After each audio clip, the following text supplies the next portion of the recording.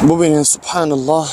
ای برادران عزیز، ای مردم خبرتمند، مردم عبرت گیرنده، این قبری که میبینین قبر یک از ما و شما این میجه است.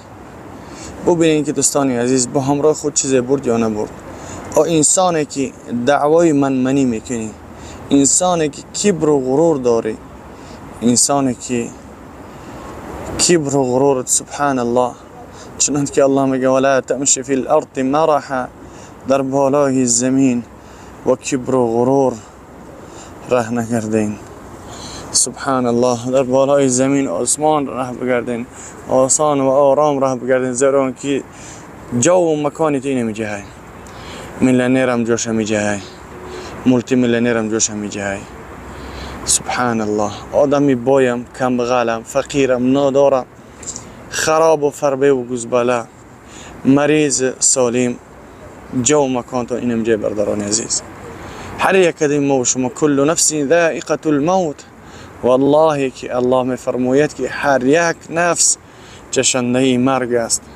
به خاطر پول و ملک و مال شده بینتان سیله رحم نکنین. بین اکا و دادر جنگ جنجال است، بین اپا و خواهر جنگ جنجال است. به خاطر چی؟ به خاطر پول. این انسانانی که سحر و جادو میکنین، انسانانی که میخواهیم به خاطر پول و ملک و مال سحر و جادو میکنین، انسان ها را به درد و بلا و مبتلا میکنین. ای انسانان از الله بترسین، فردا این میجای جو مکانی شما. این روز الله سبحانه و تعالی است پرسان میکنه.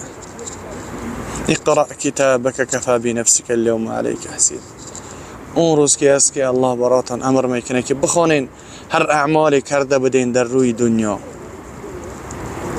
اون روز الله میفرماید که یوم لا ینفع مال ولا بنون الا من اتى الله بقلب سلیم. اون روز الله سبحانه و تعالی میفرماید که یگان چیز شما را یاردم نمیکنه الا کسانی که آمدگی هستند به سوی پروردگار خوب، به قلب سالم، به قلبی که از کبر و غرور دور است، قلبی که با طاعت عبادت الله مشغول بود، قلبی که همیشه به ذکر و عبادت الله بود. الذين آمنوا وتطمئن الا بذكر الله تطمئن القلوب. آیا دلهای شما آرام نمیگیرن به یاد عبادت الله؟ البته باید ما دلهای خودمون با عبادت الله مخلص باشیم. شیطان ما و شما را از راه نزنن.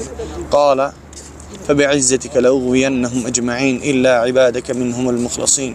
قسم یاد میکنه این شیطان لعین که من تمام بنده هات را با همراه خود جهنم میبرم الا این، مگر که انسانان، مگر بنده هایت که مخلصت هستند، مگر بنده هایت که همیشه تر عبادت میکنن، مگر بنده هایت که تر پرستش میکنن.